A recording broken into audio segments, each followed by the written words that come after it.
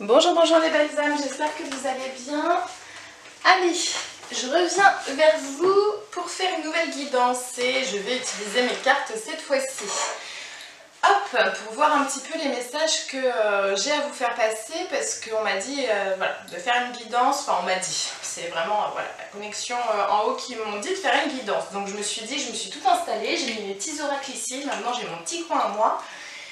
Et je vais vous faire une petite guidance. Alors je vous remercie tout d'abord pour vos commentaires, pour le petit sondage que j'ai pu faire. Alors c'est vrai que c'est pas facile parce que moi je veux vous proposer plein de choses que j'ai maintenant dans ma petite boîte à outils. Mais vu qu'il y en a pas mal qui m'ont dit bah les 3 c'est pas mal, bah écoutez on va continuer sur cette lancée. Donc je vais réutiliser un peu plus mes cartes et puis on verra un petit peu ce que ça donne. Allez, on va voir le petit message que j'ai à vous faire passer. Je me centre. Alors, déjà, je vais utiliser l'oracle Ombre et Lumière de Laura pour voir un petit peu un message à vous faire passer. Oh là! Allez, on recommence. Comme je vous disais, les cartes, elles répondent moins maintenant.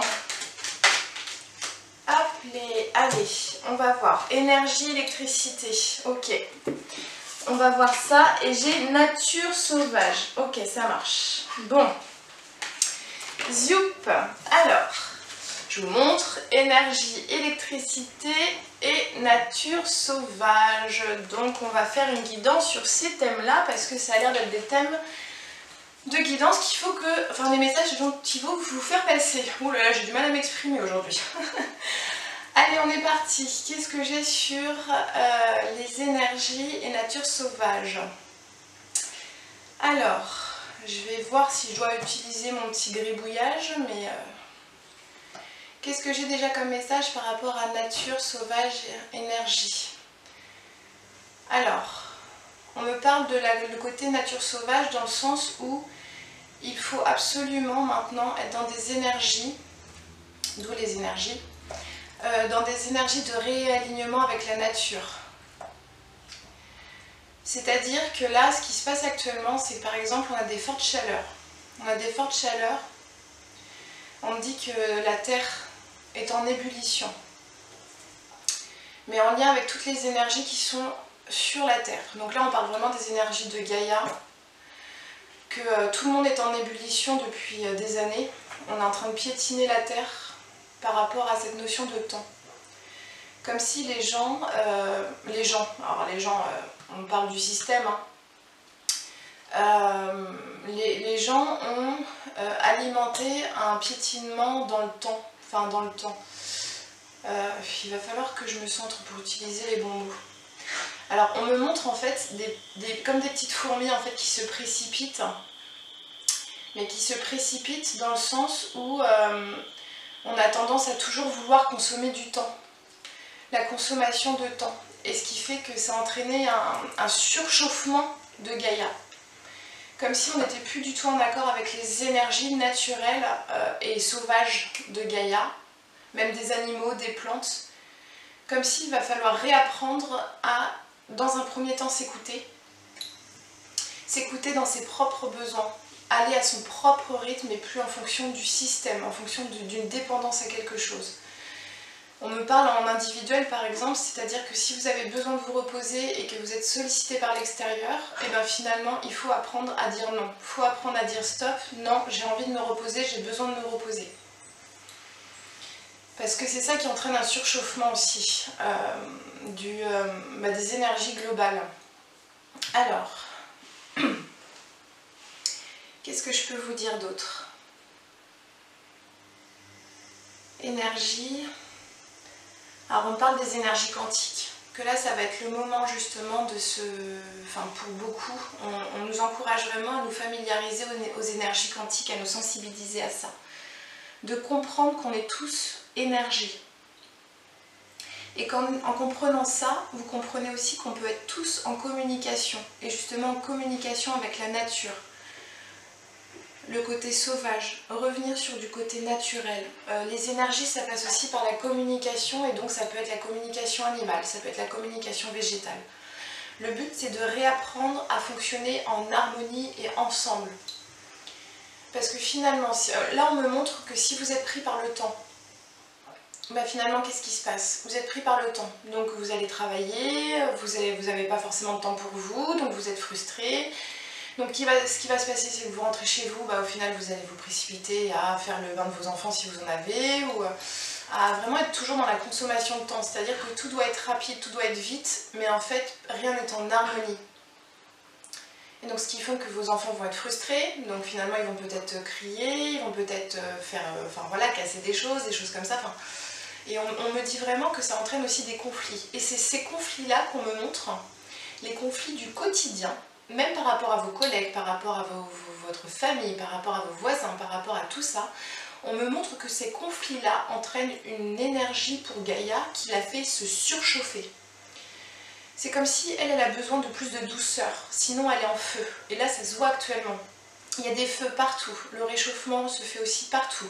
Et finalement, ce qui fait qu'elle élève ses vibrations encore plus, parce qu'elle a besoin de compenser ce désastre qu'on est en train de lui causer par rapport à ces énergies-là. Alors, un petit conseil à nous donner par rapport à tout ça. Vraiment, on me parle d'alignement. D'alignement avec soi-même, que le temps s'accélère énormément, que les journées sont beaucoup plus courtes qu'avant, parce que le temps, la notion de temps, l'échelle de temps s'accélère parce que les vibrations de la Terre augmentent. Et vu que les vibrations de la Terre augmentent, ça modifie l'espace-temps. Et là, on nous pousse vraiment à nous réaligner avec notre être, même nous réaligner avec notre... Alors quand on parle de notre être, c'est notre corps physique, mais c'est également tout notre aspect de notre être, c'est-à-dire notre âme. Notre âme, c'est celle qui va nous faire vivre, celle qui va nous faire avoir des envies, nous pousser vers notre chemin de vie. On parle vraiment de ça, c'est-à-dire qu'on est... C'est comme si on disait, mais arrêtez de jouer dans le jeu du système qui veut vous faire vous déconnecter de votre âme. Vous êtes des êtres avec énormément de compétences énergétiques. Et finalement, c'est comme si toujours rester dans ce système-là, c'est encore une fois ne pas se donner la légitimité d'évoluer. Alors je ne sais pas comment on pourrait dire les choses, mais d'évoluer, de pouvoir manifester le fait qu'on peut faire au plus et au-delà que justement aller travailler, consommer du temps, etc. Soyez un être souverain. Et la souveraineté passe par le fait de reprendre son plein pouvoir sur cette notion de temps, d'espace. C'est vous qui devez incarner ce que vous êtes dans le temps et dans l'espace et pas l'inverse, pas être dépendant du temps et de l'espace. Alors quand je dis espace, c'est aussi la notion de lieu, par exemple, je ne sais pas, d'être dépendant d'un lieu. Bah, je dois vivre ici parce que c'est mieux, etc. Mais c'est mieux pourquoi? Si vous ne vous y sentez pas bien, pourquoi vous ne bougez pas?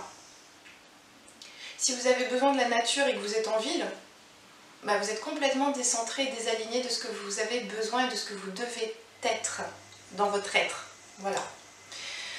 Alors, bah écoutez, j'ai pas eu besoin de mon gribouillage. On va voir, est-ce qu'il y a d'autres choses au niveau des énergies? Alors, on me parle aussi des éléments. Des éléments, il faut que tout s'harmonise. Le côté nature sauvage, c'est-à-dire que là, la Terre elle est en train de chauffer. Donc amenez-lui de la douceur. Et là on est vraiment sur les 4 éléments, c'est-à-dire que quand il y a le feu, il faut de l'eau pour s'harmoniser. Et l'eau c'est l'émotion, c'est la sensibilité, c'est la douceur, c'est les intuitions.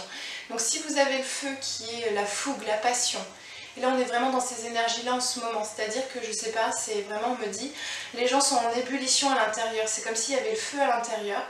Bah, soyez pas dans le côté où il faut remettre du feu, où bah voilà, non, il faut que je contrôle, il faut que je gère, il faut tout ça. Non, on me dit, soyez justement dans, amenez-vous de l'énergie de l'eau.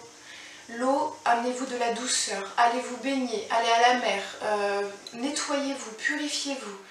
Amenez ce côté sensible justement, cette douceur qui fait que quand vous êtes révolté à l'intérieur, par exemple une colère, amenez-y de la joie, amenez-y, amenez-y. Bon bah écoutez, oubliez la colère apparemment. Mais soyez dans le côté où on apporte quelque chose de complémentaire pour pas raviver ce feu. Et pareil, l'élément terre, l'élément air, c'est-à-dire que si vous voulez vous connecter aux énergies, on est dans les éléments plutôt air. Mais pour cela, il faut être bien ancré en terre pour que vous puissiez être en harmonie, sinon vous risquez de vous perdre dans l'un ou dans l'autre. Si vous êtes trop dans la terre, vous stagnez, c'est-à-dire vous restez dans une position tellement confortable que finalement vous oubliez vous inhibez toutes vos capacités à vous élever, et donc ce qui fait que finalement c'est comme si vous allez stagner parce que vous voulez rester dans ce qui vous rassure. Sauf que ce qui vous rassure n'est pas forcément ce que vous avez besoin pour avancer. Donc on me dit bien, soyez vigilants à cette harmonie des énergies qui sont naturelles et que vous retrouvez dans la nature. Voilà. C'est-à-dire que voilà, même par exemple, on me dit, si vous êtes trop, ce qu'on appelle perché un petit peu, c'est-à-dire dans l'air, c'est-à-dire dans vos pensées, dans le côté « oh, j'aimerais bien que », bah écoutez, restez, enfin on me dit, soyez dans la terre justement, ancrez-vous et réalisez concrètement les choses, prenez le temps de réaliser les choses. Amenez ces énergies-là pour éviter d'être trop dans la déconnexion aussi de la réalité. Donc on me dit, soyez vigilants sur le fait qu'on est tous composés des 4 éléments. Et s'il y en a un qui domine beaucoup plus et qui entraîne, on va dire, des difficultés de vie, il faut ramener une compensation, une harmonisation avec un autre élément pour que vous puissiez fonctionner sans résistance et surtout dans la fluidité, dans le centrage pour vous. Et on me dit ces énergies-là vont pouvoir amener aussi un bien-être à Gaïa parce que vous ne serez pas dans la résistance, vous ne serez pas dans le feu, dans ces énergies de consommation parce que vous serez aligné. Et donc finalement Gaïa, ça va aussi la soulager. Ça va lui permettre aussi de se dire ok, bon bah moi je peux aussi relâcher un peu la pression parce que c'est moins tendu sur moi, je vais le dire comme ça. Et donc au final, je peux aussi voilà, m'apaiser, me soulager. Mais ça passe par l'individuel avant tout. C'est-à-dire que soyez dans cette sagesse pour vous, afin que ces énergies-là se propagent autour de vous, dans vos proches par exemple, parce que si on vous voit bien, qu'est-ce qu'on va faire? C'est qu'on va vouloir aussi se dire, mais comment tu arrives à être bien là, alors que c'est le bazar en ce moment? Et au final, vous allez émettre des vibrations qui vont faire que les personnes vont s'harmoniser aussi à vos énergies. Ou alors vous allez rencontrer des personnes qui vont être dans cette harmonie. Et donc finalement, ces énergies-là, naturellement, vont s'harmoniser pour vous. Et vous allez rencontrer les bonnes personnes aussi pour que vous puissiez continuer à être dans cette harmonie-là. Et je pense qu'on me fait faire cette guidance-là parce que ça va être très important, et ça je vous l'avais dit pour la guidance d'août, hein, ça va être très important pour les mois qui vont passer, qui vont arriver là. Parce qu'on va être dans des énergies de feu, énormément de feu. On me le dit, hein. Les prochains mois, la fin d'année 2022, ce sont des énergies très puissantes, des énergies de colère, de peur. Donc vraiment, on pousse à la douceur, on pousse à l'alignement, on pousse à harmoniser, en tout cas, harmoniser les énergies. Bon bah écoutez mes belles âmes, je regarde quand même le temps qu'il est, 13 minutes. Alors on va voir, je vais essayer de faire un petit oracle parce que vous aimez bien ça apparemment. Qu'est-ce que je vais pouvoir vous faire faire? Parce que j'en ai pas mal. Alors, je vais utiliser le Good Karma Box pour vous faire passer des petits messages et j'aimerais bien utiliser un autre oracle. Mais vu que je les ai rangés aujourd'hui, bah, je ne sais, je suis perdue dans mon ordre. Alors, qu'est-ce que je vais vous faire faire? Allez, les portes magiques de l'univers.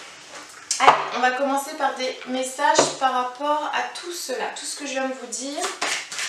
Allez, un petit message pour mes belles âmes qui regardent. L'idéal vécu. Ok, et un autre petit message. Est-ce que vous en avez un autre à me faire passer? Ok. Et la pensée créatrice. Ok.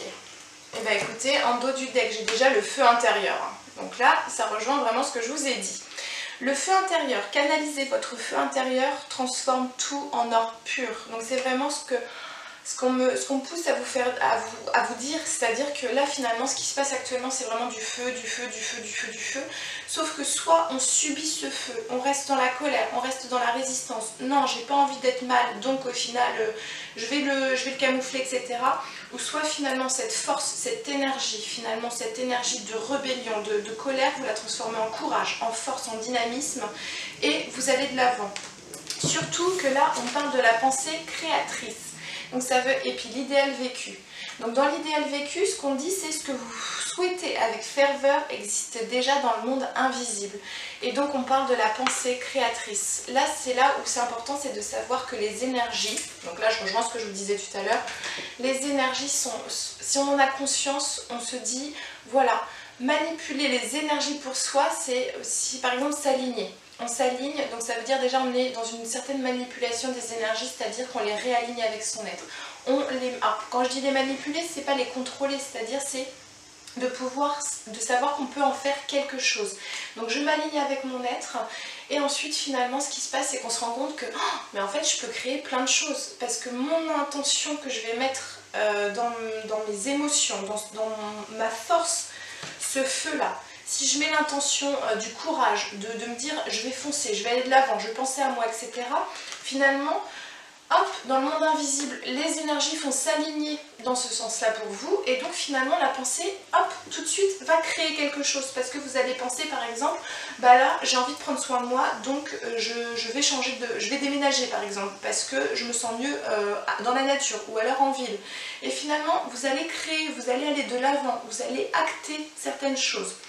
Et on me dit aussi finalement, le monde invisible est aussi, comme il est fait d'énergie, c'est comme si on me disait, tout ce que vous allez vouloir poser en intention avec votre feu intérieur, finalement, c'est ce qui va vous être rendu. Donc on est dans la loi d'attraction. Je sais pas, vous allez pas être bien. Vous allez vivre, je sais pas, une colère, une blessure d'abandon, de séparation, vous allez vibrer. Vous allez être dans les énergies par rapport à cette colère, cette séparation, cet abandon. Et donc ce qui fait que finalement on me dit attention parce que la pensée aussi est créatrice par rapport à ça, c'est-à-dire que vous allez après rencontrer des personnes qui vont alimenter cet abandon parce que vous allez rester dans la colère. Si vous êtes dans la colère, ce qui va se passer c'est que vous allez être en conflit aussi avec d'autres personnes ou alors vous allez attirer les personnes qui vont alimenter votre colère parce que ça va vous agacer. Donc finalement on me dit là c'est le moment de purifier un petit peu tout ça, de nettoyer toute votre souffrance mais de les nettoyer dans le sens où on les enlève pas, on les accueille, mais pour en faire quelque chose. Si vous êtes dans une blessure d'abandon, c'est aller voir ce que ça renvoie pour vous et pas être contre quelqu'un ou accuser quelqu'un. On me dit par exemple, ça peut toucher votre confiance en vous, se sentir avec un manque d'estime de soi. Donc allez voir qu'est-ce qui vous manque pour avoir un peu plus d'estime de vous ou de confiance en vous et n'allez pas voir chez l'autre ce qui fait que l'autre a appuyé sur ça. Parce que l'autre n'a pas appuyé sur ça. L'autre, c'est pas lui qui est la source de votre colère, c'est votre colère à vous qui se manifeste parce que l'autre va vous renvoyer, va faire effet miroir sur votre être à vous. Donc c'est pour ça on me dit, vous avez toute la puissance en vous pour aller vous regarder à l'intérieur de vous-même et créer ce dont vous avez besoin et envie pour votre être et pas en fonction des autres. Voilà. Bon, allez mes belles âmes, on finit par un petit Good Karma Box. Donc ça, j'aime bien celui-ci parce qu'il y a plein de belles pensées positives, ou en tout cas plein de messages qui sont assez révélateurs. Allez, des petits messages pour mes belles âmes qui regardent la chaîne, qui regardent ce message, cette canalisation. Allez, qu'avez-vous à leur dire et à me dire? Bon, bah écoutez, ça va se répéter avec ce que je viens de vous dire, mais c'est bien, ça veut dire qu'on est en connexion avec mes cartes. Allez, un autre message ou pas? Ah, celle-ci. Allez, bon, je m'arrête là. Alors, donc ça c'est les petits messages, mais je pense que vous n'allez pas réussir à lire, donc je vais vous le lire. Personne ne peut voler ce qui n'est pas à vous, donc même la colère, même des situations de souffrance. Personne ne peut vous prendre ce qui vous est destiné. Ce qui est pour vous, vous trouvera. Ce qui n'a jamais été pour vous, se perdra. Lâchez prise et faites confiance à la valse de la vie. Bon, ça c'est pas clair. Deuxième message, ce que l'on pense être une mauvaise chose peut être en réalité une bénédiction. En ayant un point de vue neutre et confiant sur la vie, vous acceptez que chaque chose arrive pour une raison et pour votre plus grand bien. Tout est toujours parfait. Donc c'est là où vraiment on nous accompagne à lâcher tout ce qui est souffrance. C'est-à-dire que vous vivez quelque chose de compliqué. Ok, c'est pas facile, mais en étant neutre, c'est ok, là je ressens que je suis mal, que je suis pas bien, que je suis pas dans mon assiette, etc. Mais au lieu d'être dans la résistance où il faut tout le temps que j'aille bien, etc., c'est non. Bon, là je sais que c'est une mauvaise période, qu'est-ce qu'il faut que je comprenne de cette période-là? Qu'est-ce que ça m'a appris de vivre ça? Et c'est comme ça que finalement vous allez aller vers votre état d'être le plus juste et le plus parfait pour vous. Voilà mes belles âmes, bon bah écoutez, je m'arrête là pour aujourd'hui, c'était une belle guidance sur les énergies. Je vous embrasse très fort, prenez un grand soin de vous, prenez soin de vos proches, prenez soin de vos enfants et des enfants qui vous entourent. Et je vous dis à bientôt et n'oubliez pas les petits pouces. Au revoir.